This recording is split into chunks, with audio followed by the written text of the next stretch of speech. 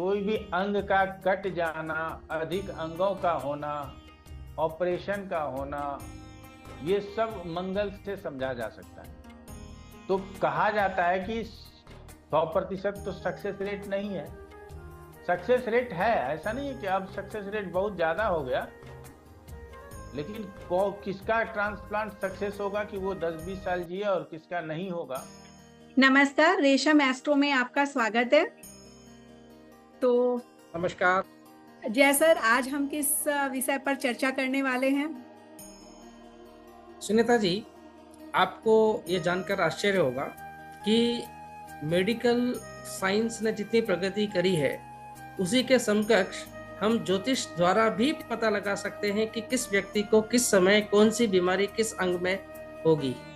बात सुनने में थोड़ी अजीब लगती है, थोड़ा विश्वास होना थोड़ा मुश्किल है, लेकिन मेडिकल एस्ट्रोलॉजी एक ऐसा सब्जेक्ट है जो पब्लिक के लिए, जनता के लिए बहुत ही हितकारी हो सकता है। और इस चीज के लिए हम इसमें थोड़ा और प्रकाश डालेंगे। जी नमस्कार। नमस्कार।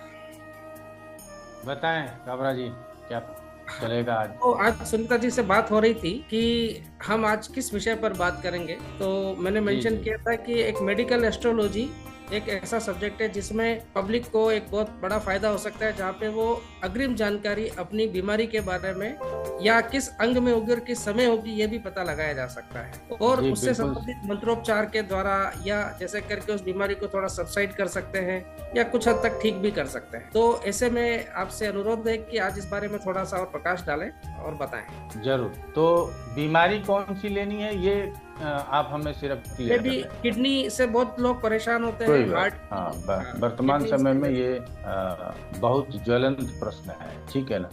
तो सबसे पहले तो देखिए, रोग के लिए अलग से मतलब उसी विषय के अंतर्गत आता है, लेकिन मेडिकल एस्ट्रोलॉजी हम अलग से बताते हैं, इसीलिए हम आपके व्यूअर्स को ये बता सकेंगे कि किस तरह से जातक बीमार होता है और पर्टिकुलर डिजीज के लिए कौन सा हाउस और कौन सा प्लैनेट कारक बनता है। तो सबसे पहले तो हम ये कहेंगे कि लग्न, लग्नेश, सूर्य, अगर ये तीनों पीड़ित हो जाए तो जातक बीमार होगा ही होगा। अभी हमारा छठे से कोई संबंध नहीं है पहले, क्योंकि शरीर है, शरीर यदि कमजोर हुआ तो हम बीमार पड़ेंगे। तो लग्न, लग्नेश और कारक सूर्य, यदि ये तीनों पीड़ित हो जाए तो हम बीमार पड़ेंगे, ये पहला कारण। दूसरा कारण है जन्म के समय दशाओं में यदि शनि बुध ये सस्टेस हो या ना हो, ये जरूरी नहीं है कि ये सस्टेस होंगे। शनि बुध यदि अंतर दशाओं में आ रहा है, प्रत्यंतर दशाओं में आ रहा है, महादशाओं में आ रहा है, जन्म के समय जिस समय हमने जन्म लिया,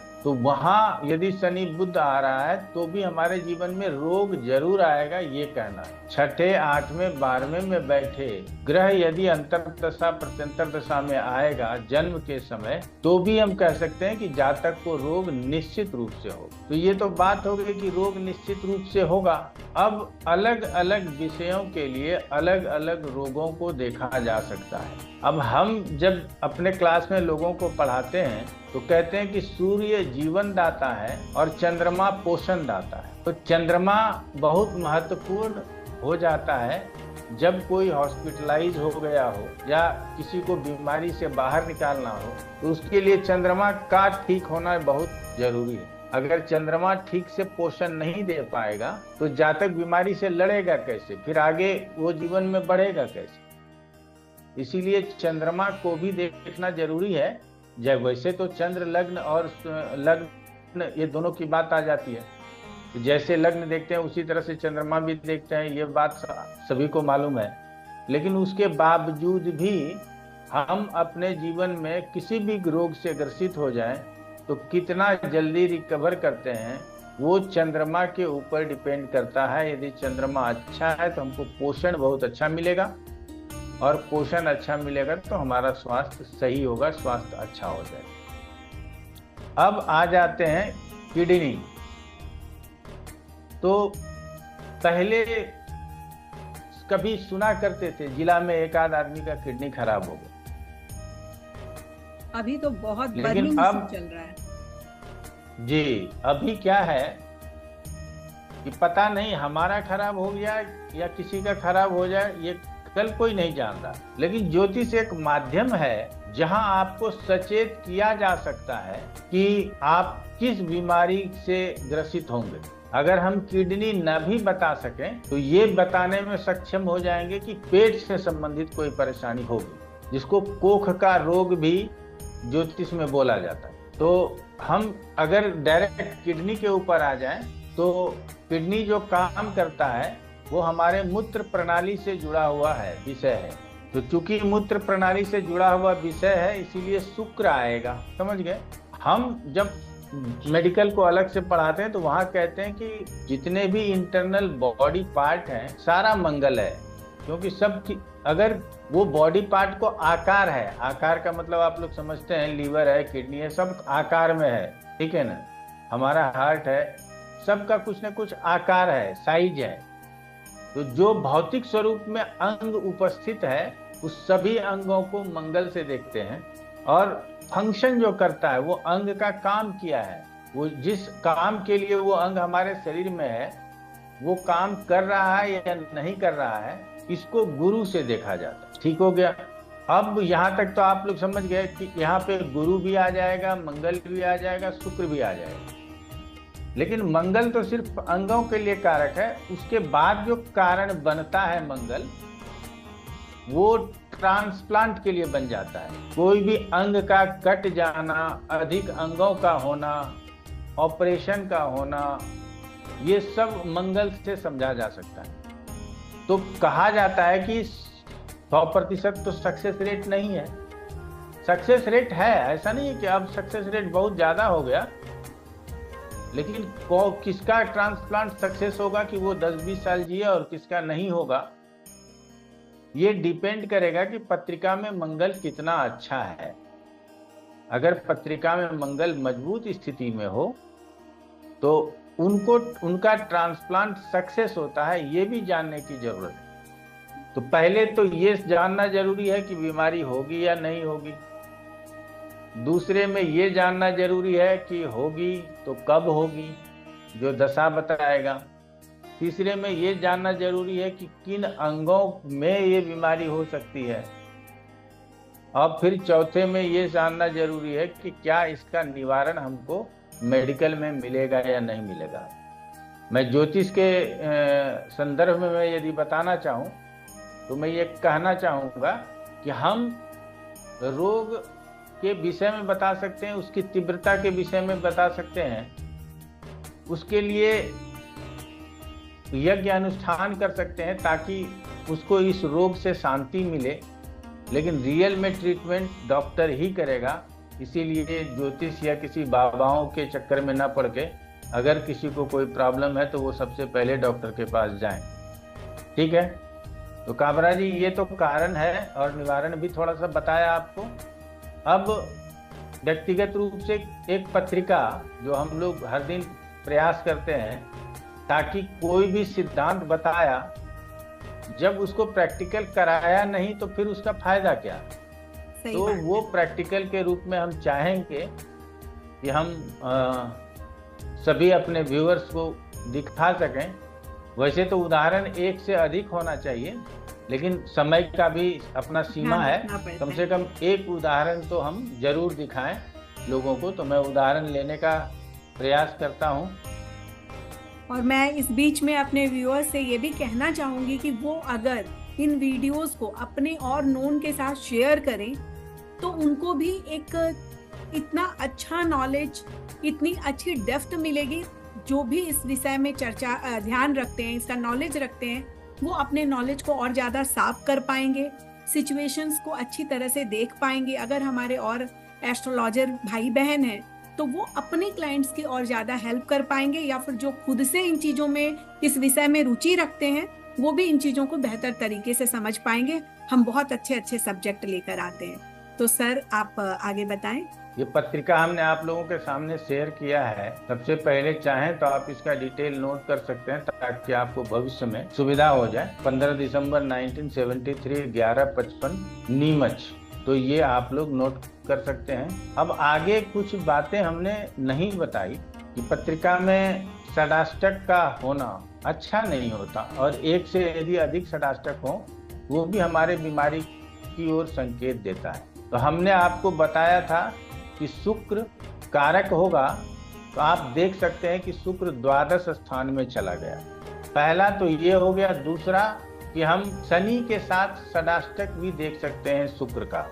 रोगदाता शनि है, उससे षडाष्टक, या किसी भी ग्रह से अगर आप हमको समझना चाहते हैं या आप लोग हमको फॉलो करते हैं, जानते हैं, तो आपको पता है कि किसी भी ग्रह से या किसी भी भाव से छठे, आठवें, 12वें में यदि अशुभ ग्रह हो तो उस ग्रह एवं भाव से संबंधित परेशानी जीवन में होगी। तो यहाँ शुक्र और गुरु दोनों से छठे में शनि केतु और 12वें में राहु बैठा है। इसका मतलब हो गया कि शुक्र और गुरु सिर्फ द्वादश जाने से पीड़ित नहीं है, उनके छठे और 12वें स्थान में अशुभ ग्रह होने के कारण भी वो पीड़ित है। तो यहाँ ये क्लियर हो जाता है कि दो चीजों से संबंधित प्रॉब्लम जातक को हो सकता है। बिल्कुल, चूंकि गुरु है तो पेट से संबंधित क्लियर हो गया, शुक्र है तो हार्मोन या यूरिन से संबंधित या सेक्स रिलेटेड डिजीज हो सकता है। ठीक है ना। ये तीन चीज आप ये नहीं कह सकेंगे डायरेक्ट कि किडनी का प्रॉब्लम है, लेकिन चूंकि यहाँ शुक्र है तो हम कह सकते हैं कि हार्मोन से, सेक्सुअल डिजीज और मूत्र प्रणाली से, यूरिन से संबंधित प्रॉब्लम यहाँ दे सकता है। और किडनी में मूत्र क्षय अर्थात यूरिन का कम होना, जब किडनी पास ही नहीं करेगा तो यूरिन कहाँ से आएगा, तो ये समस्या होती है। तो यहाँ पहला कारण तो आपको मिल गया। दूसरा, मैंने कहा था कि किसी भी जातक को रोग होगा, उसके लिए जरूरी है कि उसके महादशा अंतर प्रत्यंतर में शनि या बुध हो, षष्ठेश हो, ठीक है ना, अष्टमेश हो या द्वादशेश हो। तो यहाँ पर देखिए जन्मकालीन दशा चंद्रमा सिंह राशि में है, मघा नक्षत्र में है, चौथे चरण में है, केतु की दशा मिली, शनि की अंतरदशा मिली और गुरु का प्रत्यंतर दशा मिला। तो शनि रोग कारक है और गुरु द्वादश में बैठा हुआ है। तो इससे ये स्पष्ट हो जाता है कि जातक अपने जीवन में बीमार पड़ेगा ही पड़ेगा, इसमें कहीं कोई दो राय नहीं। तो इस बातों को भी जो हमारे व्यूअर्स ज्योतिष को जानते हैं या जानना चाहते हैं, उनके लिए ये बहुत ही हितकर है कि वो इस विषय के ऊपर ध्यान दें। बिल्कुल। अब आ जाते हैं कि जातक का मंगल, जो हमने आपको कहा था बुध, गुरु और शुक्र, एक फंक्शन हमने कहा था, गुरु किसी भी ऑर्गन के फंक्शन के लिए कहा जाता है। कई लोग बोलते हैं कि गुरुजी आप जो पढ़ाते हो मेडिकल वो बड़ा डिफरेंट हो जाता है। तो हम ये कहना चाहते हैं कि जो पढ़ाते हैं अगर उससे रिजल्ट नहीं मिलता है तो आप हमारे पास आ जाओ, अगर रिजल्ट मिल रहा है तो हम जो पढ़ा रहे हैं वो ठीक पढ़ा रहे हैं, ये मान के चलो। क्योंकि रिजल्ट प्राप्त करना, और हम सिद्धांत को छोड़ करके नहीं चलते, हम पराशरी सिद्धांत के साथ ही चलते हैं। तो इसीलिए हम कहना चाहेंगे कि इसको थोड़ा ध्यान पूर्वक समझने का प्रयास करेंगे। तो गुरु शुक्र पीड़ित है, ये तो समझ में आ गया, द्वादश में गया, ये भी समझ में आ गया।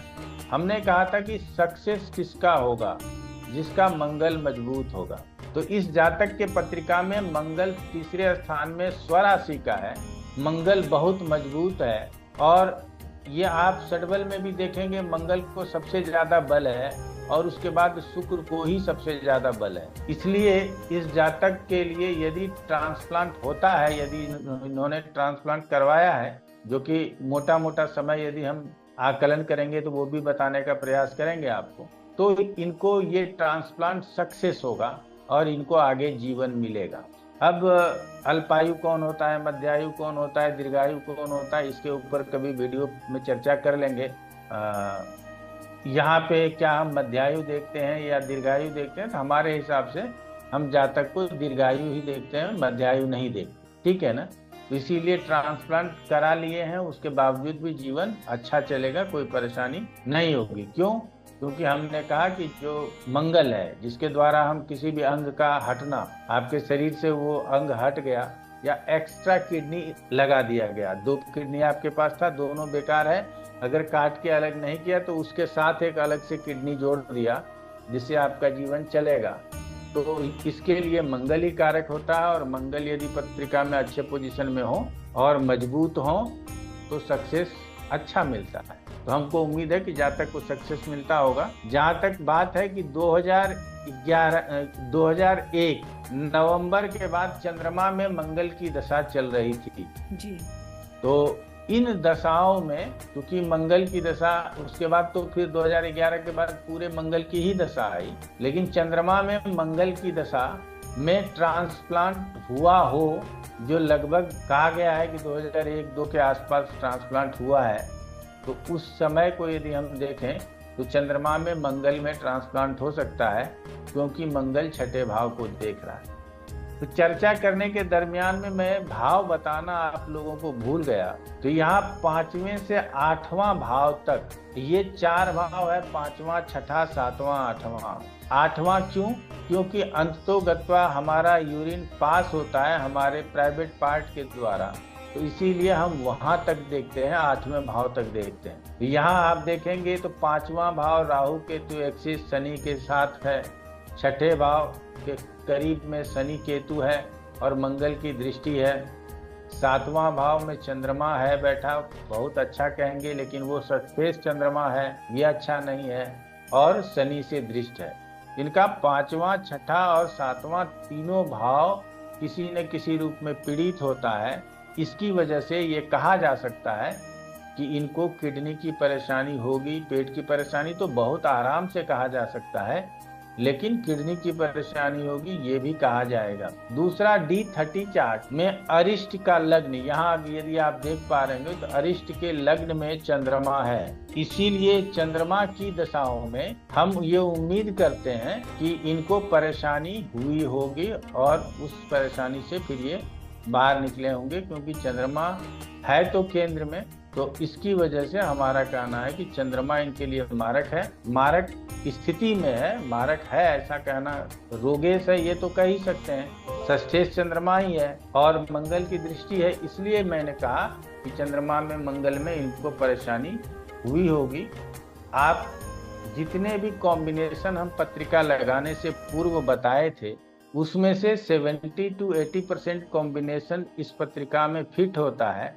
इसलिए यदि आप लोग इसी तरह सिमिलर पत्रिका को देखेंगे तो आप उसको बता सकेंगे कि जो है अच्छा सर, किस इसमें प्रकार की बीमारी आपको है। जी हाँ, बताइए। एक प्रश्न और है कि कुछ हाँ, लोग ऐसे होते हैं जिनके किडनी ट्रांसप्लांट होती है, पहले ठीक होती है, बाद में ये बीमारी आती है, और कुछ लोगों को अचानक से रैंडमली पता लगता है कि नहीं उनके एक ही किडनी है, तो क्या ये चीज भी हमें चार्ट से पता लग सकती है?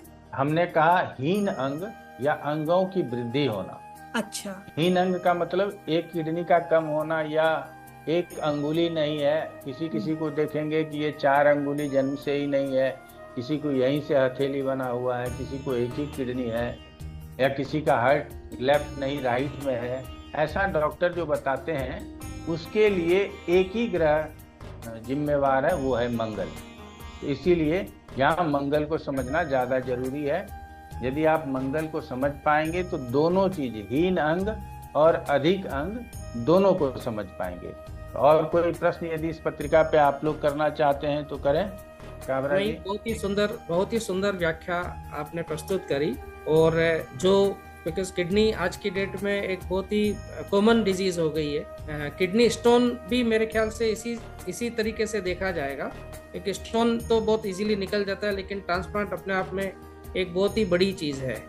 और बहुत बहुत धन्यवाद आपका कि इसके ऊपर जो डाला उससे जनता बहुत लाभान्वित होगी, उनको बहुत एक एडवांस में पता लगा सकते हैं। वो अगर उनको कभी भी मूत्र संबंधी कोई भी इस तरह की प्रॉब्लम उनको कभी फील होती है, तो एटलीस्ट वो अपना किसी ज्योतिषी के पास में जाके वो चेक करा सकते हैं कि जरा एक बार देख लीजिए, कहीं मेरे को कोई आगे भविष्य में कोई इसके गंभीर होने का कारण तो नहीं बन जाएगा। तो आपका बहुत बहुत धन्यवाद इसके साथ ही, और मैं अपने शब्दों को विराम देता हूँ। नमस्कार। बहुत बहुत धन्यवाद। नमस्कार।